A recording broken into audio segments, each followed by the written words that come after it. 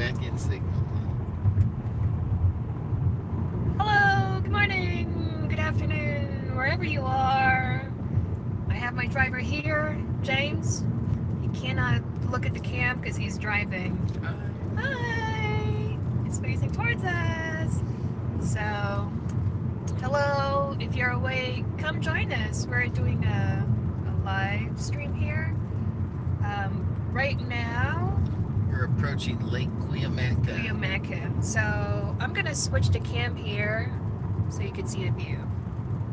Here we go. It's sort of in a drought, so the lake has disappeared. Yes. There's not much of a lake. There's not much of a lake here. It may seem that whoa, it's like hot temperature, but it's not that bad. By the way, if you're going to watch this later, guys, those who sent greetings to my husband, birthday greetings. Thank you. Thank you so much. Yeah, I meant to make a message there too. Really means a lot. Thank you. Yeah, thank That was you. very nice. That was really awesome. Appreciate it. So if you're out there, can't sleep if it's like early in the morning in the Philippines, come join us. What's happening with you guys? What have you been doing the past couple of weeks? Ever since this lockdown, quarantine, ECQ. Well, they let the lockdown up, right? Yeah. But I read that a lot of people in Manila don't want to leave their houses. They're still worried. Yeah. So they're still staying in place.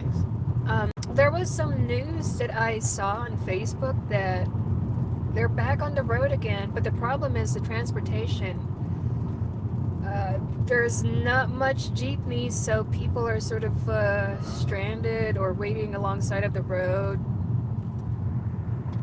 and trying to get a ride. It's rough, really. So here's Cuyamaca. If you want apple pie, we suggest you head up to Julian, which is 6 miles from where we are right now. But we're just driving around today and heading back home. Right? That's it. Doing the slow drive home. Doing the slow drive. Some people are up here and they're just going too fast. So 17 miles to the highway, and it's going to be really hilly. Instead of these meadows here, you'll see some trees, and of course lots of rocks around here. This is known as high desert, is what it's known as, this ecosphere of the world. So this is high desert. It's dry. There's no more lake because of a drought, which means we need water up here, and unfortunately it just gets drier and drier each year. But it should be a fun drive. We are at 5,000 feet above sea level. Yeah. So that's a good amount of room up there. Here's the side of the mountain. Now, if you're very keen, you'll notice that most of the trees out here, and this is what Jeff told me, most of the trees out here have died. I have no idea what those, excuse me, ooh, pardon my French. No idea what those trees are. I'm impressed by the power line.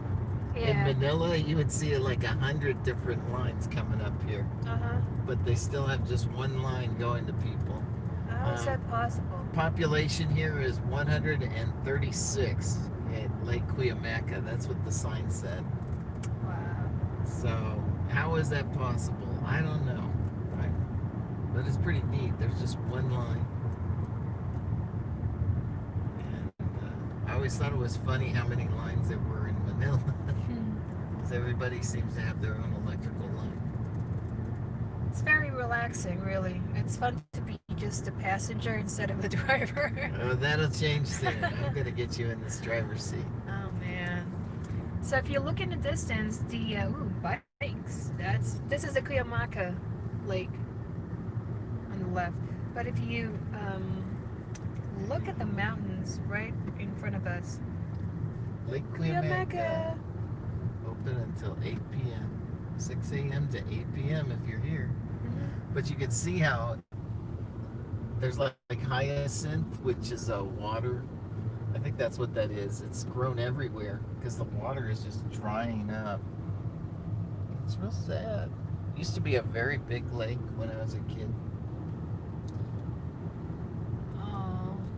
But you can actually go in, you'd have to spend $10. Yeah, for the parking, $10. There's some people out there. But yeah, it's fun to do for a day.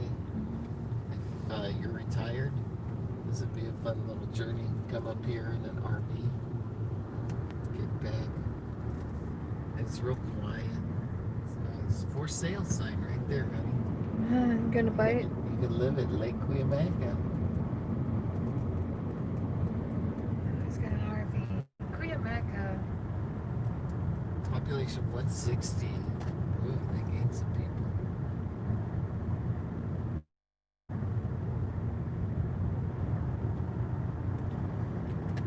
Okay. Well, I hope you guys come and tune in with us. And You're signing off already? it's like going on at 6 minutes here. Just play it.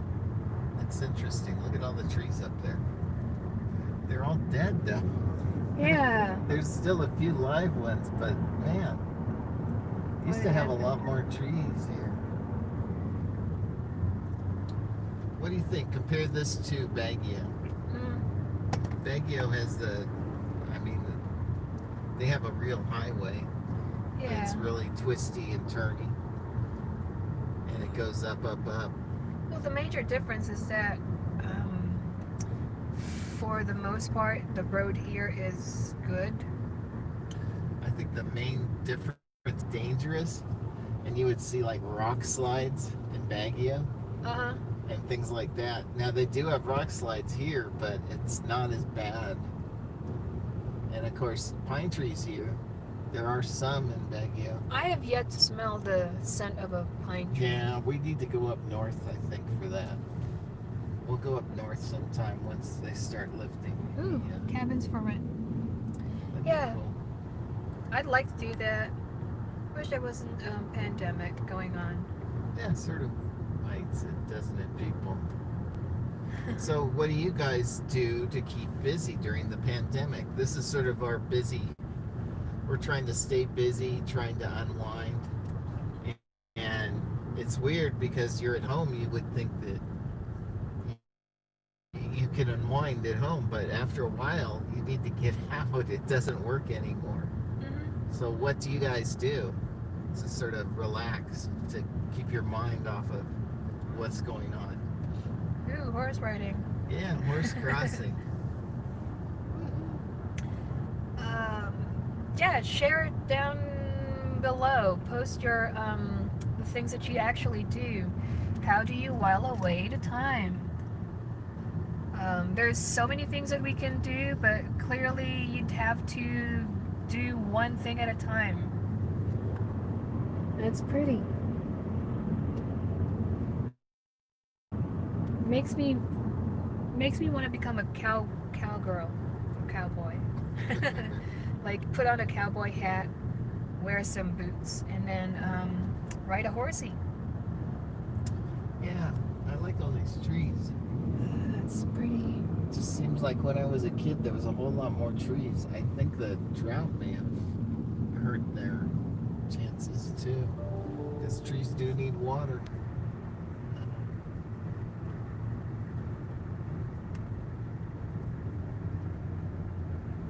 That is pretty. So yeah, just kick back and enjoy the trip as we go down. Come watch with us.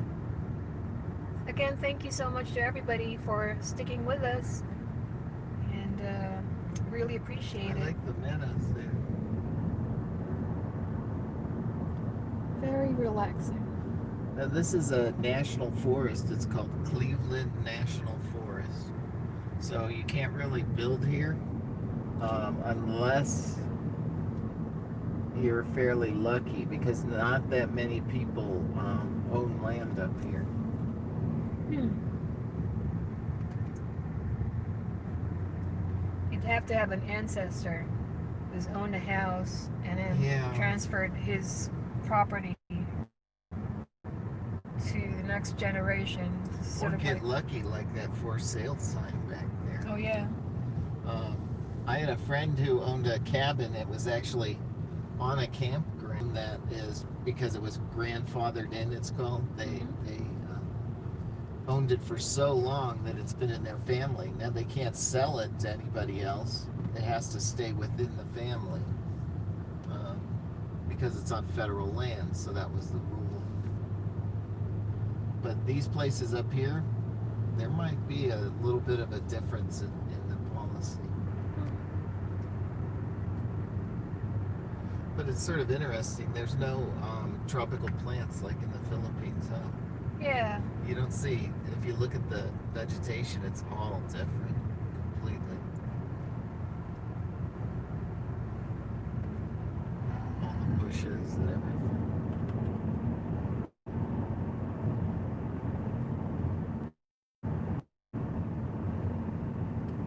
It's a rancho.